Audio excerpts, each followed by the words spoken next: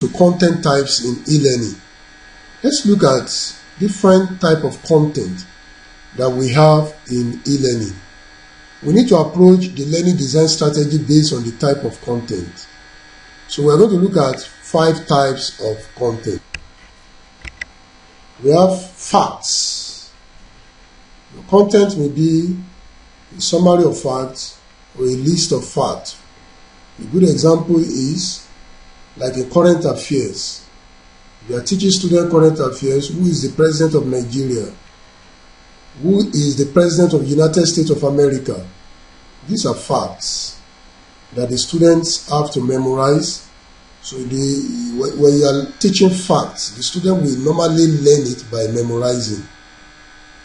Then concepts. Concept is different.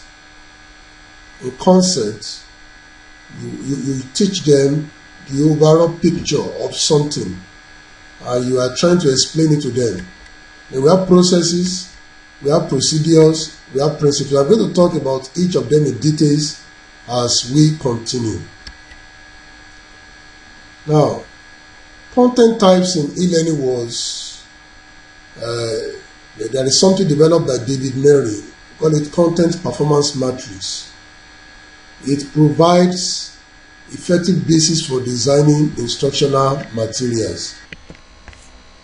Now, talking about the content types, I said that in the previous slide, I said that there are 5 types of content, and they're also listed here. They include the facts, concept, principles, procedures, and processes. Now, and I said David Murray produced content performance matrix, and it is a very effective basis for designing instructional materials. Now, let me quickly throw more light on what we mean by these content types. Your content may be facts, and these things that the students have to know and memorize.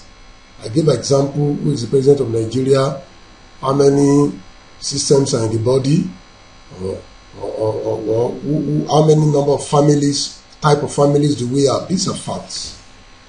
Then, when we talk about concept, it's a mental representation or prototype of objects. For example, you want to look at the concept of a climate. Or you want to look at concept of the body system. It's a concept.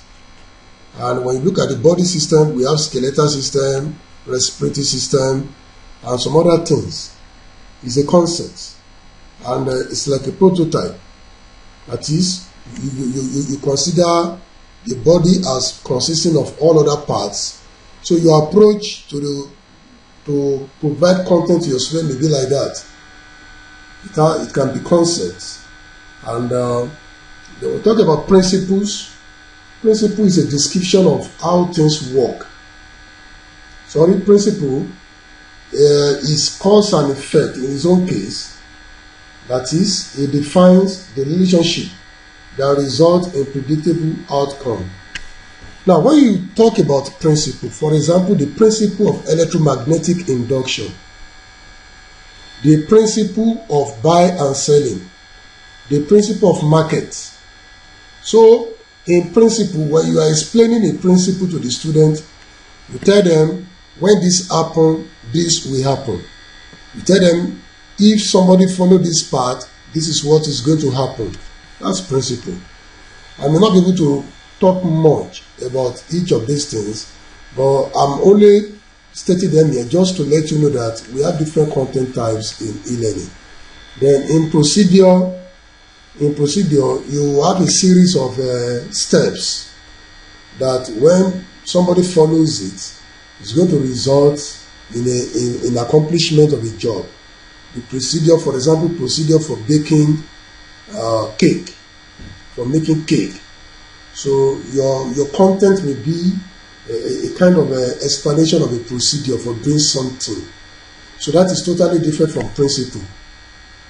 For example, if I'm telling people the principle by which rain falls to the earth, so I want to explain it from the angle of science. How does rain form? It's a principle. Then, but procedure is a kind of a steps where you begin to tell people what they can do to achieve something. And most of the practical training, they involve explaining procedures. In fact, when you are doing practical, there is a section called procedure. Now, we'll talk about processes. Processes is a description of how something works. You describe how something works in processes. You can see that processes and principles are totally different. Principle sounds more theoretical, whereas processes sound more practical, tell people how this works, how that works. Then, David Murray produced content performance matrix, which we are looking at here. In the content performance matrix, we still have the 5 categories of content: facts, concepts, processes, procedure, and principles. You can see that all you need to do is to remember the facts. You memorize the statement, they just have to know it. And we call it learning by rote, R-O-T-E. In most primary schools, they usually teach them by that method. Just state some things, the students have to memorize it. But that is not the only way of delivering your content, not just memorizing. You have to explain concepts. You give them example. You tell them, you give them a mental representation of an object or an idea. And a very good example is by bringing a chart to the class. Bring a chart and use that chart to explain the skeletal system or the body system. And when you teach concept, the students have to remember the definition. Then when they master it, they'll be able to classify some new examples. For example, you are teaching students about different type of plants. We have narrow leaf plant, we have broad leaf plant. So when the students see a type of fruit plant that the leaf is broad, they can be able to mention the examples and classify different examples from that concept of plant. Then in process, the students have to remember the stages, the series of steps involved, the stages involved in describing how something works. So from the stages, they can make an inference and solve a problem.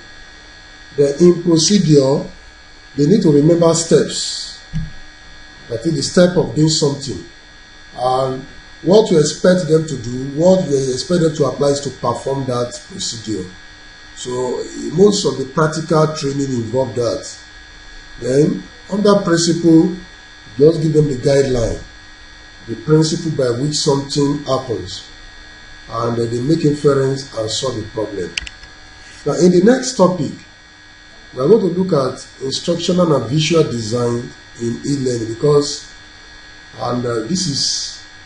we are moving gradually to the practical session where we are going to apply and make use of some tools in actually developing our e-learning course. Thank you for listening.